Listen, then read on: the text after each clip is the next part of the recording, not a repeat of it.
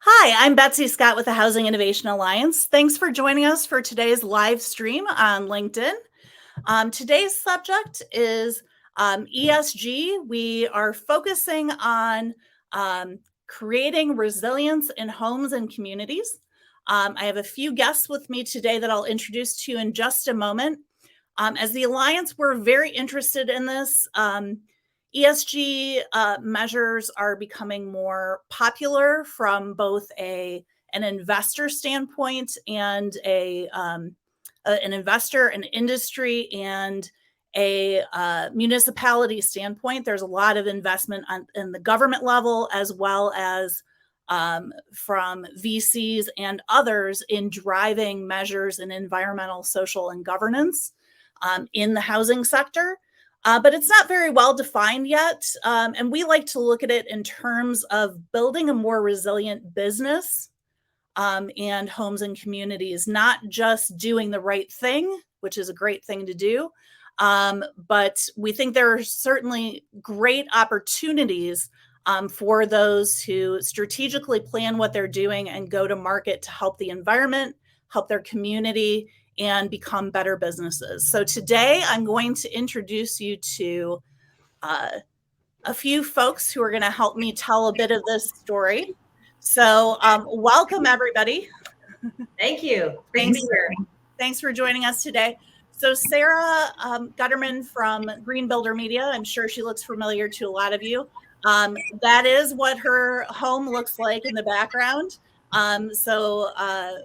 Great to have you joining us today from Colorado. She and I are going to talk a little bit about the ESG for Buildings initiative that we're running with a number of companies in the industry to actually create guidelines that are specific to housing. And then we have Teri Slavik-Tsuyuki from TST Inc. and Clayton and Scott from Meristem. And they're going to talk about a community they've been working on together that's an agri-hood in the Houston market. Very interesting. And they have an interesting spin on looking at resilience across, I want to say, the built environment, people, and what was the third one? Place. People and place. So first, Sara and I will talk a little bit about ESG for building, and then we'll bring Teri, Clayton, and Scott back to talk about Indigo and about what they're doing together on that project. And then about halfway through the hour or so, we'll open things up to questions. So if you're on the line today, thanks for joining us. Be sure to type any questions you have in at any time, and we'll try and filter those into the conversation later. But for now, we'll say bye to Teri and Clayton and Scott, and we will see them again soon. So thank you so much for joining me today, Sara. Thank you, Betsy, for having me. It's always a pleasure to join you and to do anything with the Housing Innovation Alliance. Thanks. And, I feel like we met each other several years ago, but I've seen you more than I've seen most people in our network over the last probably, 7 or 8 months working on this ESG working group and the ESG for Buildings initiative. So you've done a great job in the past, kind of giving people the 30,000-foot view of what we're up to. So if you could give some background and then you and I could chat a little bit on that front, that would be great. You bet. Thanks, Betsy. So we all know that there's a paradigm shift happening throughout our entire global economy, bringing with it a new way of thinking about the purpose and relevancy of corporations. And ESG has really become a moral imperative for businesses due to the combination of investor demand, consumer pull, environmental realities, and shifting social equity requirements. And in the face of these evolving expectations, companies are implementing initiatives that protect the environment, safeguard their employees, encourage diversity, respect human rights, deliver safe and useful products, defend their customers' privacy, and create ethical and transparent governance structures. And while there is a lot of progress that is indeed happening in the building industry with specific builder and developer and manufacturing companies, there really isn't any organizing entity that is setting baseline parameters for ESG strategies and accountability and reporting practices for our sector specifically. And we are finding, and I know you're finding this because you're actually doing the analysis, that many of the current tools and calculators and strategies that were created for some of the larger sectors within our economy aren't really relevant to our sector. And so as you and I and other folks that we've been speaking with for the last, 12 to 18 months came together, we really came to understand collectively that the building industry and specifically the housing sector lacks a cohesive roadmap that addresses our nuanced risks and opportunities relative to everything from streamlined accounting and reporting and measurement and benchmarking to just understanding, how each company should really address ESG in that streamlined way. And then, of course, there's this kind of emerging political blowback that we, want to address as well, to really understand how we can make ESG common sense and practical, and as you said, a really good business case, as opposed to something that is polarizing. So in that context, you and I and our teams and others joined forces to put together an ESG working group comprised of some of the smartest people that I know in the industry to really craft a set of these ESG focused guiding principles. And that's really the end game for this group, is to come up with what we're calling defining principles document that's created by the industry for the industry, so to speak, that will be meaningful and actionable. And so, through this group, just to be clear, we're not trying to create an ANSI standard. We're not going through a formal consensus process. It's a volunteer-based initiative to basically come up with the benchmark that can serve as a baseline that can then be evolved into perhaps an ANSI standard or other types of forms and iterations that can then influence codes and standards moving forward. But just to sum this up, we think that, and I'm speaking on behalf of you right now, but we collectively think that, again, it's very important to have this outline for an ESG framework that is actionable across the entire building industry, defining key metrics and aligning business strategies, so that we can utilize ESG as a management, profitability, and sustainable tool. Part of that means crafting common language that we can use as a shared language. Part of that is understanding compliance. What is the SEC's climate risk disclosure requirements? How is that going to impact our sector?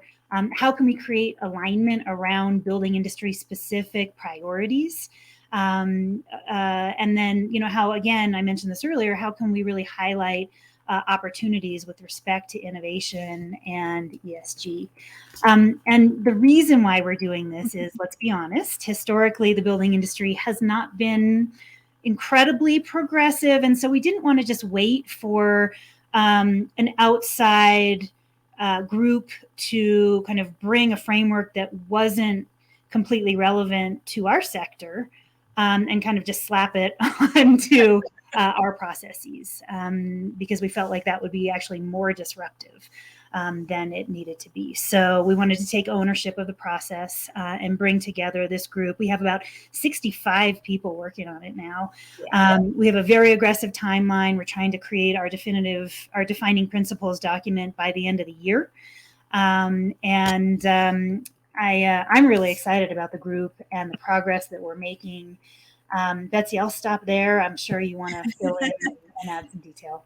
Yeah, Eric Holt from University of Denver, who we partner with on a number of things at the Alliance, and I are working on the measurement part of the equation. And a lot of the metrics within ESG are not new. Some of them are new or taking a greater hold, like carbon neutrality, certainly. Looking more aggressively at some of the social metrics within housing that haven't necessarily received the attention in the past that they need to receive the attention moving forward. But we've got people leading each of those areas in environmental, social, and governance, and really taking a practical look at the metrics that people are using and saying, what gives the most bang for the buck? What has the greatest impact, not only on the environment and on people, but most potential impact on people's businesses as well. So I think it's nice to see that many people engaged in ensuring that the effort that people would go through to use a tool like this will be more fruitful for them than the existing approaches to ESG are. So I'm looking forward to seeing some of these things. We've actually got a meeting in Denver after our summit, live with people to see a lot of these frameworks coming together further, learning things every day on that front. And but at the same time, we're not going to reinvent the wheel. So we are looking at programs and metrics and tools that exist to tell people how good they are and maybe what they're lacking to address some of those metrics that we think are high priorities, so that if you're using a tool like the USGBC Green Building Standard, or you're using one of the many carbon counting tools out there, we'll be able to look at those resources and tell you how effectively we think they address the metrics that we're looking at. So you don't have to change what you're doing if you're already heading in the right path. So I think that's important, to not force people to have to do too much additional work. Let them know what we think they're doing already that will be successful for them. So looking forward to that. But it's been a pleasure working with you and all of the really smart people. I always feel like I'm the organizer in the room, but there's a lot of technically smart people that I'm learning from. So I appreciate that. And you guys can continue to add some questions here, and we'll come back to these questions a little after half past the hour, along with any questions that you have after you hear from Teri and from Clayton and Scott. But Sara, we'll see you again soon. I'm going to switch over at this point, but thank you so far. And I'm going to turn the floor over to Teri, because she's been working with these guys for a while in this community and knows all about it, knows all the right questions to ask them. So why reinvent the wheel, right? Well, first of all, thank you, Betsy and Sara. And before I open the conversation with Scott and Clayton, I'm just going to say these are two of the smartest and heart-forward guys you'll ever meet. And so I'm excited to have them get the chance to share their story within the framework of ESG. And really, ESG comes to wellness and well-being and how we can create places that make people's lives better. So just to kick us off, tell us about Indigo, guys. Where is it? What is it? What makes it unique? Indigo's a master plan neighborhood, loose terminology there, but a holistic view on neighborhood located outside of the Houston, Texas city limits. So we're just west of the city of Sugar Land, which many of you have heard. We're just east to the city of Richmond, and south of the city limits, ETJ. It's about a 235 acre property, 650 homes, 120 multifamily units, a commercial center, a farm, which you've heard about. And it's an old farm that we ran. So it's a big source of passion. We've been on the land for a while. We're really proud of some of the efforts and engagement that we've been able to accomplish. Awesome. So it is a master plan, mixed use suburban community in the Houston context, correct?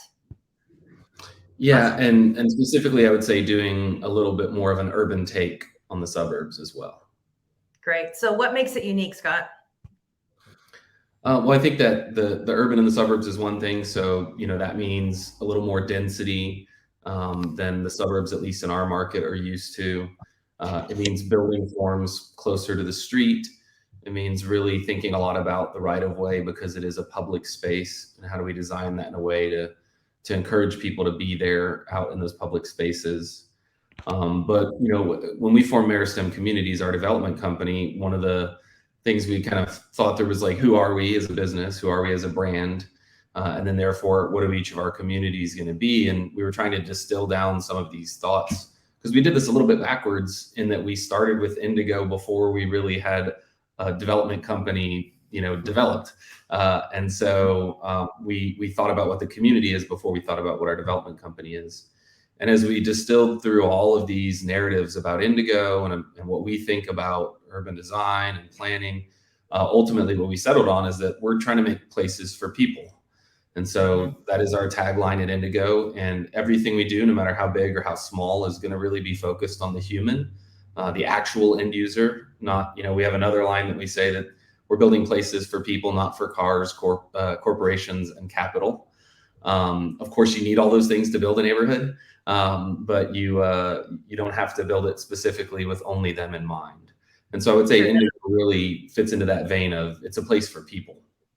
That's great. So it's really about maybe a different hierarchy in terms of how you approach the development thinking. And, you guys are farmers first, right? And have a deep, deep commitment to biodiversity. I've learned a lot from you and in some of those conversations. So which really addresses a core tenet of the E in environmental, right? So tell me how you are addressing this biodiversity, human diversity at Indigo. So we constantly find ourselves referring back to ecosystems when we talk about diversity as the model. And we were talking about this with someone last week, and they said, oh yeah, I think it's Chuck at Strong Towns has an image he puts up that shows a jungle and says, this is what a city should be like. And then he shows a field of just corn and says, this is what we tend to build in our suburbs. And so, taking and using that biological analogy there, but we do believe that when you have diversity, then you tend to have more resilience, because you'll have maybe different, if we talk about the diversity of homes, right, within a neighborhood and the different product types you might have. If you have a wider range of living types and living arrangements amongst those homes, it's even more financial diversity for the developer or the home builder. In that if a segment of the market, the market shifts and one segment drops out, that's fine, because of your 8, that was only one segment that you lost. True and the enough. other 7 could still be going strong. True enough. That's great. Can you share a little bit more about the resilience story in your community as well? Yeah, we think of resilience in a number of different ways. Both from I think that the most interesting thing to me, at least, is thinking of this as a social resilience, which is, in Houston, we've had hurricanes, we had Winter Storm Uri, we lost power for a week, the whole city, the region, in fact, did as well. And so we've addressed some of those things. So we have some interesting energy components that are coming that are going to provide some both on-site resilience, so within a home itself, but also within the commercial center. But one of the things we were really looking at was, that's great. And I know from my experience in the winter storm, I went and knocked on neighbors' houses. We had power, our neighbors didn't. So we tried to bring people in, but there wasn't that connectivity. They didn't, people didn't necessarily feel comfortable coming over to our house. And so, what we recognize is we really need to invest in and have the social resilience of a place. And so we need to describe a place. We need to make a place that feels specific. Then we need to invest in the organizations that help people connect with each other. So we're really super excited and very proud of our HOA management, our commercial association management. We have a community foundation that is going to support the long-term vision for some of the resilience components. And to that end, on the community foundation, we've laid out a plan where we're going to have some re-envisioning of what the neighborhood is going to be. So there are some resources that are going to go to bringing back the people who initially created this vision, and in some period of time in the future, bring those folks back and say, like, here's what we intended to happen here. Where did we go wrong? What are the places we can improve? And what are the small changes that we can make that are going to affect people's lives within our community? I love that so much. And I've heard you guys talk about it over the last year or so. I mean, did you all catch that? Inviting people back in to help re-envision and give direct input into the future of the community. I love that. I can't wait to see how this takes shape.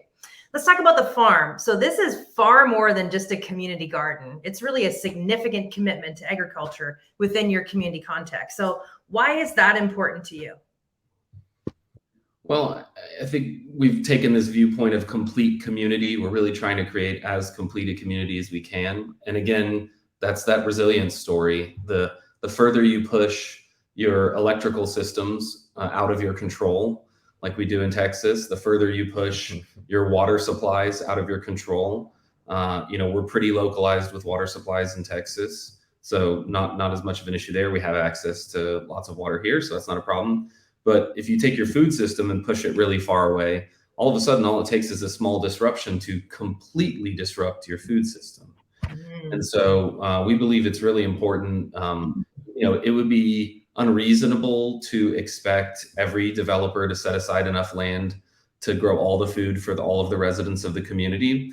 You would be, that would be far more than half of your available land, Right. even if you were in a very dense type. But we believe that it's really important that at least a little bit of that food system is connected back in to the neighborhood itself. And so, we saw this when we had Winter Storm Uri. We've seen it in hurricanes before, where the food system's disrupted. You can't get any food into your neighborhood.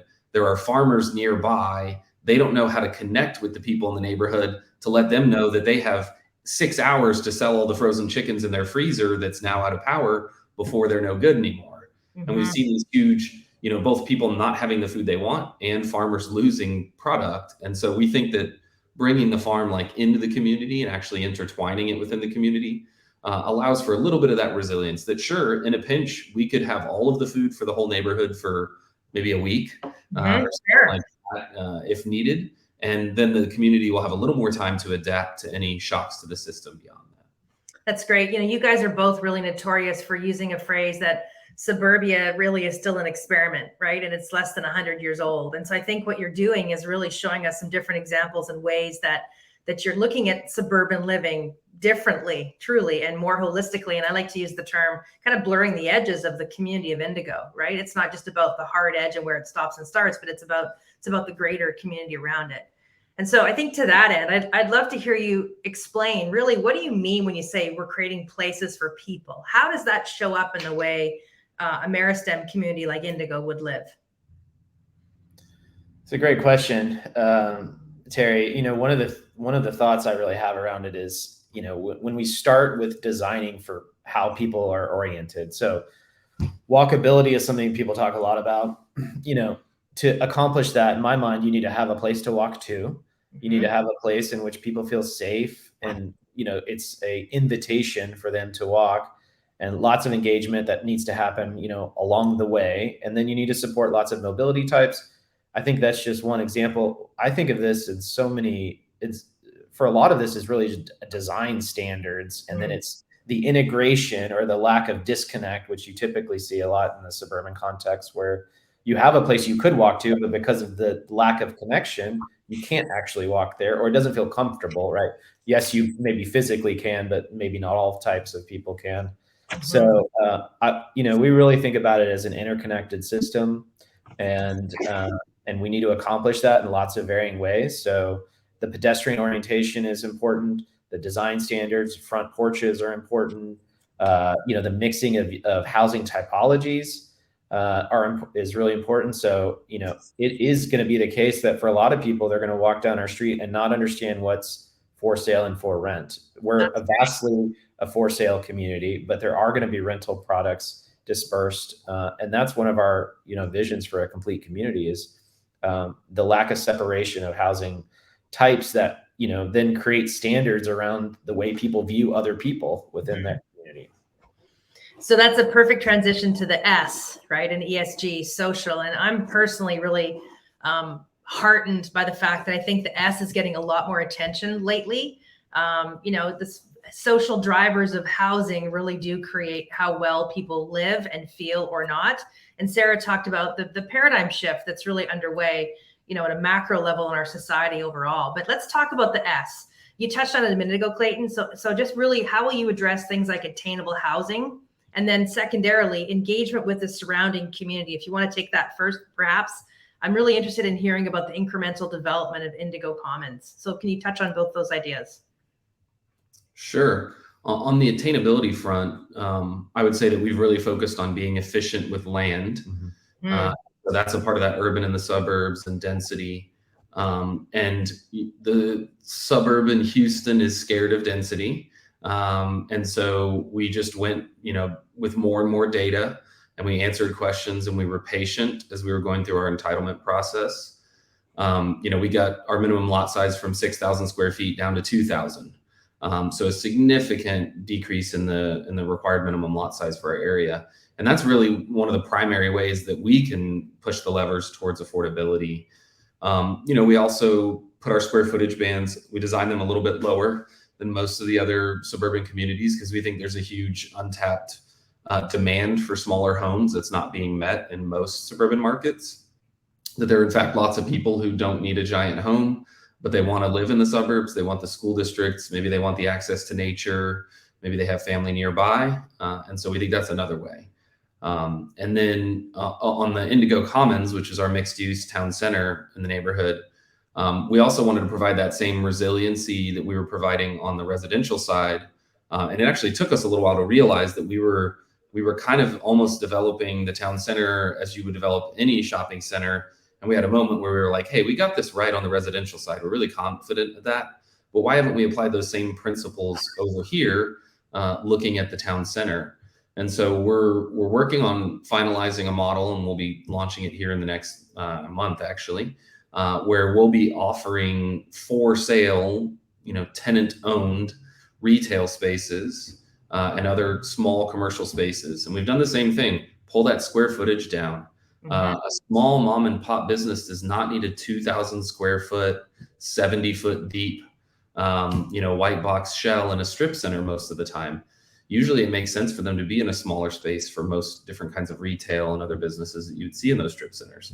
So we're starting with smaller spaces. You can buy an 800 square foot, retail building within our community. So there's very small options that then allow people to come in and own their own real estate, which makes a business much more resilient. We've done, anecdotally and in talking to people who've been doing work like this, the Incremental Development Alliance is really great about doing a lot of this work. And in talking with them, there were very few businesses that failed during COVID because they could just pull some equity out of their real estate to keep going. Versus if you're leasing, maybe your landlord says, hey, we'll give you a couple months for free, but please stay. And we saw so many businesses in those positions not able to keep going with those excessive rents. So you really took the same philosophy that you've applied to the residential diversity and residential segmentation and mix in Indigo, and you've essentially, if I understand this correctly, applied that to how you're thinking about commercial and retail development in the core of the community. Is that right? Right. So it seems to me that the types of businesses you described are what we keep hearing consumers say they want, right? I mean, in the third wave of the American Home Study, which I co-founded with data from October of 2022, the clubhouse is the most bottom ranked community amenity in terms of a purchase motivator. At 22% of people say, yes, a clubhouse will make me buy my next home. The top three all relate to nature, open space, trails, ways to get me outside. The first built amenity that consumers, 3,000 US consumers across the nation, all demographics, all different household incomes, different ages, said they wanted in their next community was a walkable cafe or a casual eatery. So it seems to me like what you're planning with the incremental development of Indigo Commons will result in having that as the core amenity, hopefully close to day one, versus the old tenet of needing to have 4,000 rooftops, right? So Sure. Yeah. how are you guys in such a privileged position to be able to do this when other developers just don't seem to do that? Can you talk about that a bit? I think, one of the things that people in the development, real estate, I think is known for having subject matter experts within sort of narrow frameworks. So if you do multifamily, you're like, well, I do 300 unit multifamily units. That's what I do. And I think, we talked a little bit about agriculture. I remember being at an agriculture conference and somebody complaining about the fact that they had to market, they had to grow and they had to market and do all these things. And like, yeah, you have to do it all. And so I think in our real estate context, we feel like we have to do all of these things. So if we want a connected neighborhood, we couldn't go sell an out commercial parcel to, one of the strip center operators and whatnot, and try to get nationally credited tenants and go down that route. we felt like we needed to really pull it into our neighborhood and really be fine grained about it, to borrow Jim Hyde phrase. And so, that's really how we've looked at it, is we have to control and really articulate and cast a vision for what we're trying to accomplish. And I think, some of the design standards that we have and some of the amazing team that we've been able to pull in, but we've also pulled in stakeholders and sort of generated some excitement. So I think some of the, just like this, talking about our project, talking about the way we envision it is really important and impactful. And so we've also just are stubborn and we put a lot of energy and effort into it. So, as you know, and so that's part of the story for us. But I would say specifically the density is the key to getting these things. And so if you can't go down that route, if you're not willing to go down that route, you can only fit so many square feet into every acre of land, whether it's residential or retail. And so what we've tried to do is we've looked at the residential side and said, the more homes we can get within a quarter mile, which is the typically defined ped shed, they call it, the distance that people will walk for their daily needs, the more homes you can get within a quarter mile, the more people will then support those retail uses. And then the smaller you make those retail uses, the more of them will fit into one space. And then you really you create a system where the flywheel is smaller and it's a lot easier to get the flywheel started, and then it'll run on its own.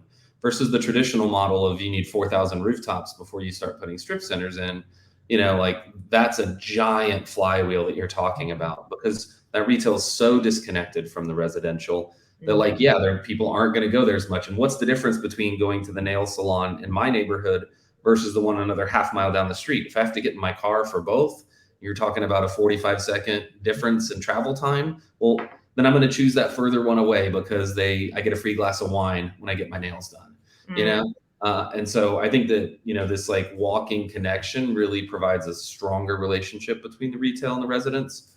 And so it really is about fitting more of both in the same space, but then being really careful about the way you do it, because you have to think through all those small decisions. There's a lot more conflict that can happen that you have to think about.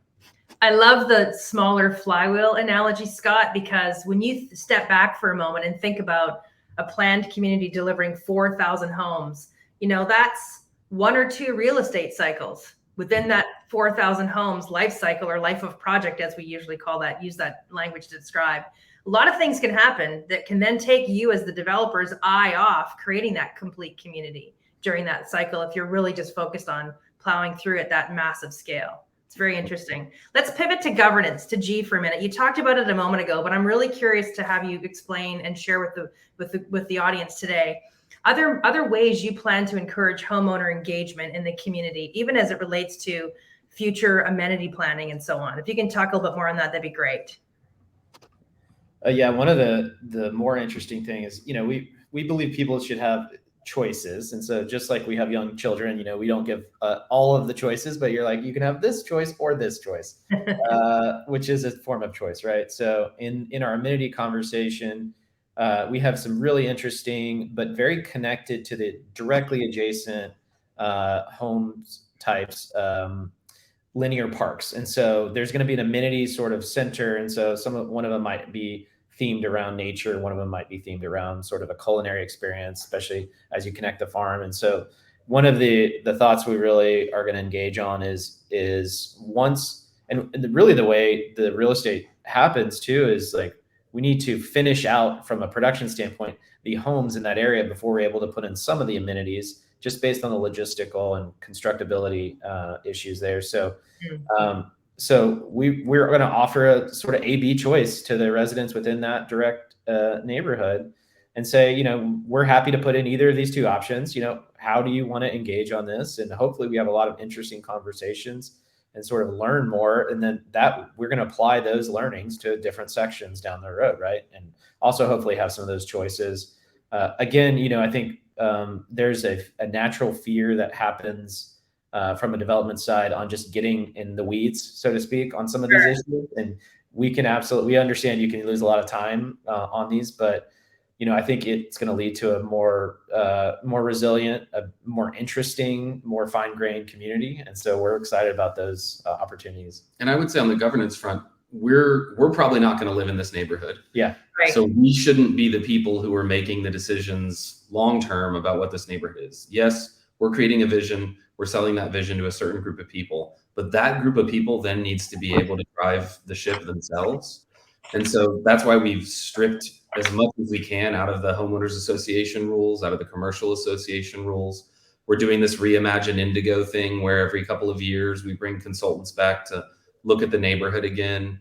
Cohere, our HOA partners, are going to be doing leadership training with the residents throughout the community, kind of building that leadership that then can go and take the community where it needs to go on its own. Cool. We have a lot of really great questions that are being asked, but before we get to those, because there really are some inspiring questions here, I really want to ask you all about your commitment to DEI. Diversity, equity, and inclusion. This, depending on the framework you use, this falls either under the S or under the G in terms of the ESG, but you've both really intentionally put not only your heart and soul, but your money behind this. And I'd like you to tell us what you've done and how you've included and involved Beyond Inclusion Group, and just explain how wide this net is. This isn't just saying, oh yes, we're concerned about diversity, equity, inclusion. You put your money exactly, and a lot of it, behind this commitment. Explain that, if you would.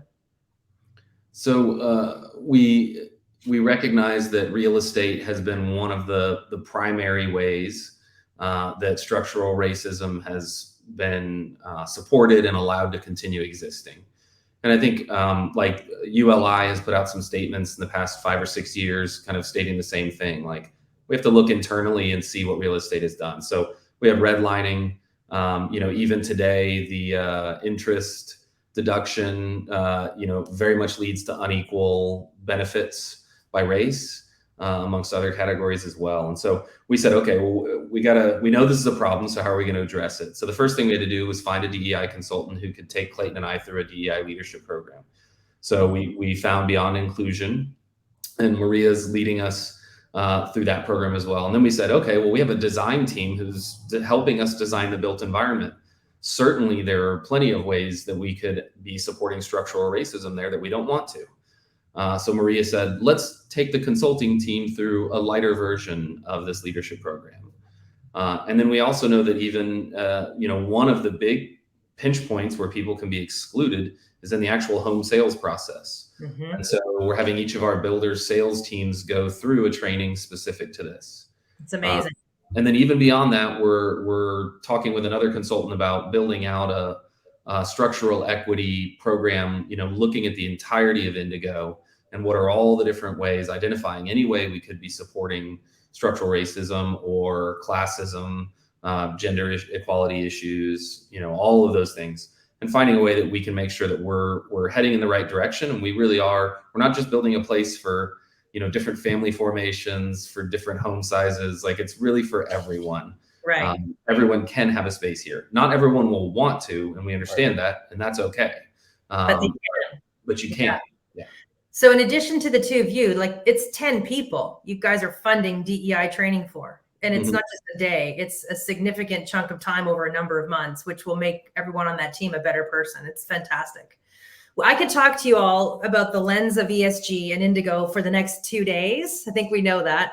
But we do have some great questions. So I'd like to go, if I could, back to the questions. Betsy, is now a good time to do that? Now's a good time. I have one quick question for you as a housekeeping thing. We've heard about so many great books over the last couple of days, and you mentioned Beyond Inclusion. Is the website Beyond Inclusion, Beyond Empowerment?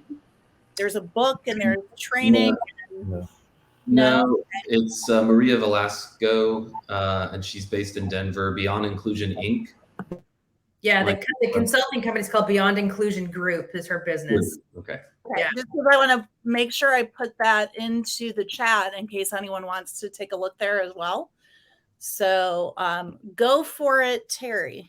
All right, I'm going to go back to the start because Scott, you talked about, and Clayton, you did as well. You both talked about how you densified the community and how you got the minimum square footage lot size down from 6 to 2,000 square feet. So Justin has a question, and I think it relates to this. How are you handling political blowback? Is the only method to educate municipalities, or are there other strategies? So tell us quickly how you did that and what you would recommend others do if they're addressing the same issues. Well, first, if there's a great project near you, I think you should steal those ideas and put people into those projects, right? Because I think humans are such visual learners, and so there wasn't a great project. So that's the first question any sort of stakeholder asked us is like, what is like this? And so we said, well, there's a version kind of, we're going to use this from this project. We're going to do this from this project. So I think that's really impactful and important if it's possible. And I think in other ways, it's I think from a stakeholder standpoint, we've heard so many times where people like, oh, we had 3 or 4 meetings and that was enough, or we felt like it should have been enough, and we will exhaust people through meetings and education. So if that's what we need to do, then that's what we need to do. And I think data is a super important part of our conversations, and bringing in great experts. We even started talking about sort of the CVs of the consulting teams that have been doing this for a long time. We're like, oh, yeah, I guess it's important that we start talking about their educational background and some of the other big projects they've worked on across the country to sort of bring in that. So all sorts of tools in the toolbox to accomplish. And I would wrap in Justin's next question as well into this, into the same conversation. But Betsy, I didn't know I was allowed to drop books through this, or I would have been doing that the whole time. Not 3 days for that. But it's fun to be your reading list, because we had a call. We've got a session coming up at our summit that's focused on smaller footprint housing as well. So we're getting into the social conversation on attainability there. And so Jim Hyde is our facilitator for that. So I think we got 3 or 4 books on that list that are now. I'm like, we're just going to have to flash one up on the screen and put a QR code to send people to the websites like throughout the day. So absolutely share that with me. Would love it. So Justin's question, I think it was, it's first like really learning a lot about the space. So strong towns, Jim Hyde stuff, missing middle, like those books really have some good data in them. We use a lot of like traffic data stuff too for talking about the narrower rights of way. Believe it or not, Texas A&M University has a really forward-thinking traffic engineering department and is starting to put some really great data out that supports walkability. So highly recommend checking into their stuff. And then on diversity of housing types, we do see this a lot. We didn't run into this problem as much. But when we did, one thing we heard, one jurisdiction took their whole city council to go visit other places, and they were talking about apartments, and we don't want more apartments. And they said, okay, they went through an exercise where they said, if you've ever done this, go to that corner. If you've ever done this, go to that corner. And for every single question like that, the group was split. And then they said, if you've lived in an apartment, go to this corner. If you've never lived in an apartment, go over there. And every single city council member had lived in an apartment at some point. And then the city staff said, are any of you bad people? And they all said, no, of course not. We're city council members. And they said, okay, well then, you need to understand that rental housing and the apartment type by itself is a really important version for people. Sometimes for all of their life, they want to live in an apartment, and that's great. They need to have access to that. So I think there's some education around those things. I think looking at data and saying, it's actually not poverty being within a neighborhood that causes crime. It's the concentration of only poverty in one place that causes crime. Right. And there's very good data to back that up. And that actually the way you reduce the overall crime and other social ills that happen due to poverty is by distributing it amongst neighborhoods at a small enough percentage that it doesn't run into those issues. And so we said, hey, if you want your kids to go to elementary school, a lot of your teachers are going to be living in apartments. You need to have apartments that can support those teachers. And I think people just have in their minds this idea of the kind of people that live in apartments, even though they themselves lived in an apartment at some point. So we really want to just push back strongly on that, I think. Right. Or even smaller homes. I mean, the diversity of housing typology is what makes places interesting, right? And I'm famous for asking the question at ULI meetings to tell me about your favorite place in the world. And I tell you, no one ever mentions the name of a master plan community. Not once.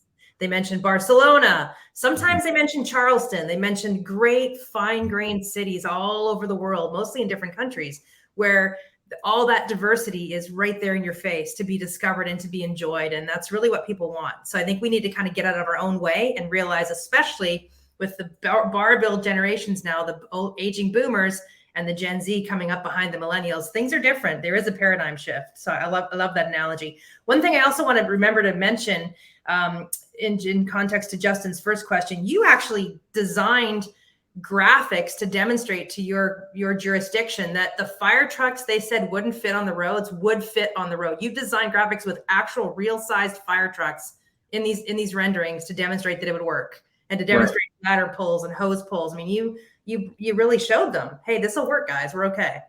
Yeah. And it takes that. I think persistence is how you get all these things Justin's asking about, is just persistence. Yeah. And being confident you're on the right side of this decision point. And we care about those things too. So we're like, well, we'll verify it, and then we'll verify it in a way that you can visually understand it or experience it, right? Yes, very simply. That was great. I want to get to one of Betsy's questions. She's asking about the incremental retail, and are you marketing smaller retail space availability alongside the selling of the residential homes? How is that happening? What's the timing like? In May, we have sort of a big kickoff event where we're really launching the neighborhood from. I mean, we've been moving dirt and groundbreaking all this, but our big focus right now is on the retail component. So May 9th, we have a big kickoff, and so we'll be announcing sort of the product type and the offerings, and pulling down engagement and looking at interested parties. And so we'll be excited to see any of you who are interested in the Houston market come by at that point, and check out Indigo Commons and IndigoCommunity.com for more information. The craziest thing on this, Betsy, is that if you use the SBA's 504 loan program to purchase your building, you can amortize it on 25 years and actually make payments over 25 years. So your mortgage payment may actually come in a little bit less than a lease would come in on a monthly basis for the same space. And so not only, I mean, it's similar to buying a home in our market, right? Like financially, it actually makes more sense to buy a home in the Houston market than it does to rent, even from a month-to-month standpoint. So we're doing the same thing there and taking advantage of that same sort of long-term guaranteed mortgage. Well, I would think that would be attractive to people who want to work from home. If you've got a small business, you can work and live in the same community, and save money in both respects. So I would think that would be attractive to kind of market those two things alongside of each other, and availability. I know if I had a small business, and I've thought about many, that would be something I would look to do. Mm-hmm. Right. I want to make sure for a quick second that we give a shout out to somebody, Andrew Guido, who's on the line. He said he's inspired by the holistic thinking behind Indigo by Meristem. He's one of our friends and buddies in our ESG working group. And I've been sitting here, I don't know about you, Sara, but I've been sitting here thinking, all right, I'm on the social group. I just have 5 other resources that we need to direct people to, which is what I was hoping for, because this is absolutely great. So I appreciate that. But shout out to you, Andrew, and thanks to everybody else who's joined us today. And keep the questions going. And I'm just going to turn it back to Teri to keep Great. going on. Great. And hi, Andrew. Thanks for all your amazing work. I'm really glad you're here too. And Empire is one of the builders in Indigo Phase 1. So it's awesome to have your voice at the table from the top as well. Betsy's other question for you guys really is have you estimated the economic impact of smaller lot sizes? What does that mean versus a traditional development pattern, if anything?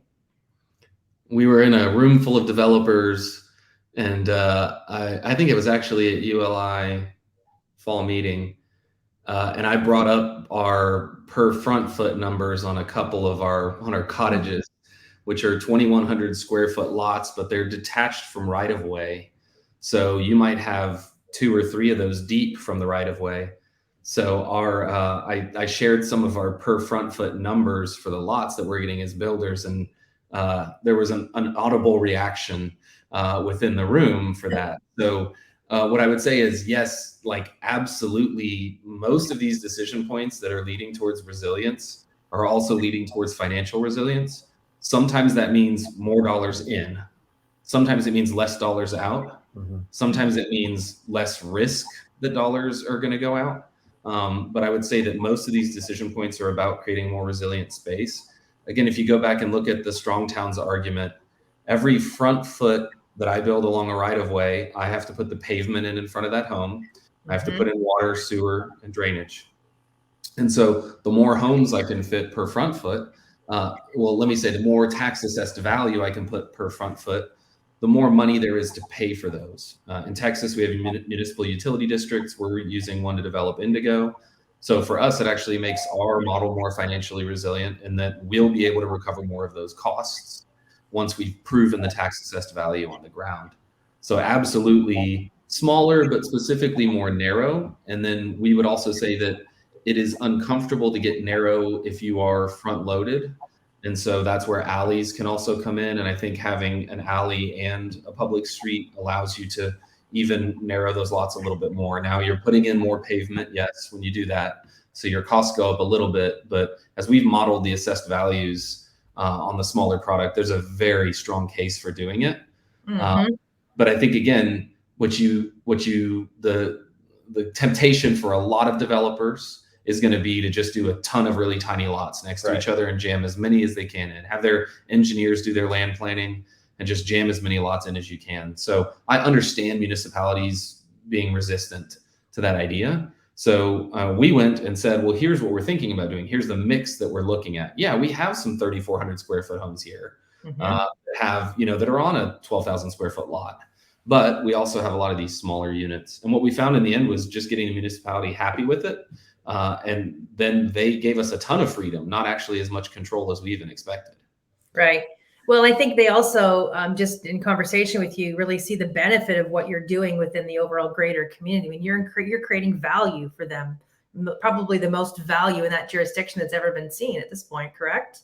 Right. Yeah, we're in fact almost doubling our city's tax base with the value creation that we're doing. I mean, a lot of this is we think about the value that we're creating versus the value we're extracting. So, we have a pro forma. We're very economically focused in this. We want it to be resilient. We understand our risk. But I think the more interesting conversation, really, I think it's sort of an ESG conversation in a way, is how do you create value? Where does that value go? So who gets to access it? Where's the resource? And what is the time frame in which that value is going to be, accessible or sort of extracted or whatever it is? So I think from our perspective, we really do think about those things. I don't think we have a complete picture by any stretch of the imagination. There's so many variables. It's relatively complicated. We have the benefit of doing a greenfield, so there's agricultural value now, and we can do an appraisal, and then we could say there's this type of fiscal value that's going to be performed or extracted, at some point. That doesn't really speak to the social value or the long-term value or the home ownership opportunities or whatever those other components are. So, we're just as much experts in this one project. We're students of all those other components. And, I love the B Corp model. If those of you are familiar with sort of the business governance side of those things. So I'm looking forward to having more tools to look at our projects in this way and really understand how we can leave value, how we can, increase it in many ways that's community oriented and not just sort of development oriented, and excited to follow along. Cool. There's two more questions that are in the chat. I'm going to make a comment on one and answer the other, have you answer the other one. And then I have one final question for you in the time that remains. So Andrew, the answer to your question is yes, yes, and yes. And I would say, take a look at the Indigo community website, and we can chat offline in terms of the product segmentation and all of the different unique products that Scott and Clayton have looked at through the planning of Indigo. We can also put you in touch with the planner themselves as well to have a much more deeper conversation, because I know you probably have a good interest in this and some other communities. But let's step back up to Violet's question. So in reference to equity and inclusion, does that include the neurodivergent community as well? How are we thinking about that? Hey, Violet, hope you're doing well. You might have asked me this question when we had lunch a few months back too, Violet, and I probably haven't gone as far into it as I should have at this point. But when we took an early look at this, one of the things that we realized was so many of the things we were doing support just all different types of people. So, when we came to walkability from wanting to be able to kick our kids out of the house and let them, gain some independence. sort of mindset. Walkability also supports anyone who cannot or chooses not to drive. It also supports people with health, right? Just getting out and walking more, making that decision to walk leads to human health, both physically and mentally, and other ways as well. And so I think a lot of the things we're doing are probably speaking in that way a little bit, but we also should probably engage ourselves a little bit more in that realm and find out in the built environment, what are the things that we can do to support people with different, neural, abilities as well. So we probably haven't gone as far as we should. And if you have information on it, Violet, please send us an email. We'll be happy to dig into it more. Yeah, that's great. And I think also the conversations that I know you've had around the power of 10, really thinking about, creating places and spaces that have things going on that address different types of people's needs all throughout different parts and times of the day as well. There's probably some deeper thinking that could happen within that context as well. Okay, so my last question for Scott and Clayton, and then I'll turn it back to Betsy and Sara to wrap up is, 5 years from now, Indigo's sold out and it's a happy, healthy community. And you may have succeeded in redefining the suburbs in Houston. What's next for Meristem? That's a great question, Teri. I think we're surprised at how varied and interesting this work is. And I think we're sort of deeply committed to it in lots of ways. So, I think, from an opportunity standpoint, we've had lots of conversations with folks around interesting projects and people. And so I think we're just going to follow our engagement. How do we show up in the world and how do we do things that are sort of centered around our interests and abilities? So, I hope that we are in the master planning space, but also imagine we're going to be working with some cities and municipalities on solving some of the issues that take a little more effort and education and sort of and thought. And so I imagine both of those things are happening. And I imagine we'll both be business partners still at that time. I think, to Clayton's point, being involved in a wider range of asset classes, but still, I think we can have a huge impact in master planning. So that's an area that probably stays with us. I think what may end up being a little different about Meristem is we're seeing intense interest from municipalities. Okay. We have multiple cities coming to us saying, hey, I've got this piece of land is up for sale and we think it's important. And we've switched to a form-based code, or we're doing a new mixed use code and we need a developer who can handle doing that. There is some sleepless nights with dealing with some of those things. So, we know that it's not for every developer, but that may be an interesting, shift for Meristem compared to a lot of developers, is actually kind of being municipality driven, with them coming and saying, hey, we have these opportunities. We want you all. So here's the things we're willing to do to make this relationship work. And we may end up finding a lot of our work that way. That's very cool. Well, before I send it back over to you, Betsy, I just wanted to say, first of all, I'm honored to be invited to this conversation today. And if you don't know it by now, or didn't know Scott and Clayton before this afternoon or this morning, wherever time zone you're in, they are honest, earnest, and very genuine with their learnings themselves and their findings. And they really are committed to making the world better for people. And so I encourage everybody on the call, anybody listening afterwards, to reach out to them directly. They are of open hearts and open minds. There's nothing that's secret or hidden. They really do share a big commitment collectively and as an organization to help create better places for people. So Betsy, I'll send it back to you. Thank you. Great. Thank you. And thank you so much, Teri, for leading the conversation. Clayton and Scott so well, and for Sara joining us today and teeing up ESG for buildings so nicely. I think we need more case studies like this. Certainly, as we're trying to help people through the ESG for buildings guidelines, we're trying to find people who are doing things successfully and seeing some of the paths that they're taking, because we are always of the mind that a rising tide raises all ships, and there's quite a bit to be done in this area to drive the social and the environmental and the governance aspects of home building and community development forward. So I'll be seeing you, Teri and Sara, and you're welcome to come out as well if you're available in a couple weeks in Denver, the 25th through the 27th. But we're going to continue the conversation there. on the ESG front and really look at environmental, what's the business case behind things like carbon neutrality and electrification. We're going to look at smaller footprints in housing, but it's really part of a bigger agenda. And I just want to share this with you really quickly here. This is one little snapshot. I encourage you, if you haven't been to our summit website yet, it's housinginnovationsummit.com. We have sessions as you'd expect. We've got working discussions where people are sharing their insights, and we're actually pulling insights out of the group in the room. We also have a Pitch Fest competition with startups in design and build, ESG, and technology and data who are going to be presenting there. And we're also doing tours in the Denver market at some innovation that's going on in the marketplace. So please do check that website out, and I will share some more information on Pitch Fest probably tomorrow. So if you're interested in ESG and you want to learn more about what we're doing in the startup competition in that category and others, look for that information over the next couple of days and follow me on LinkedIn, and I would love to connect with you. And thanks again to everybody who's here today.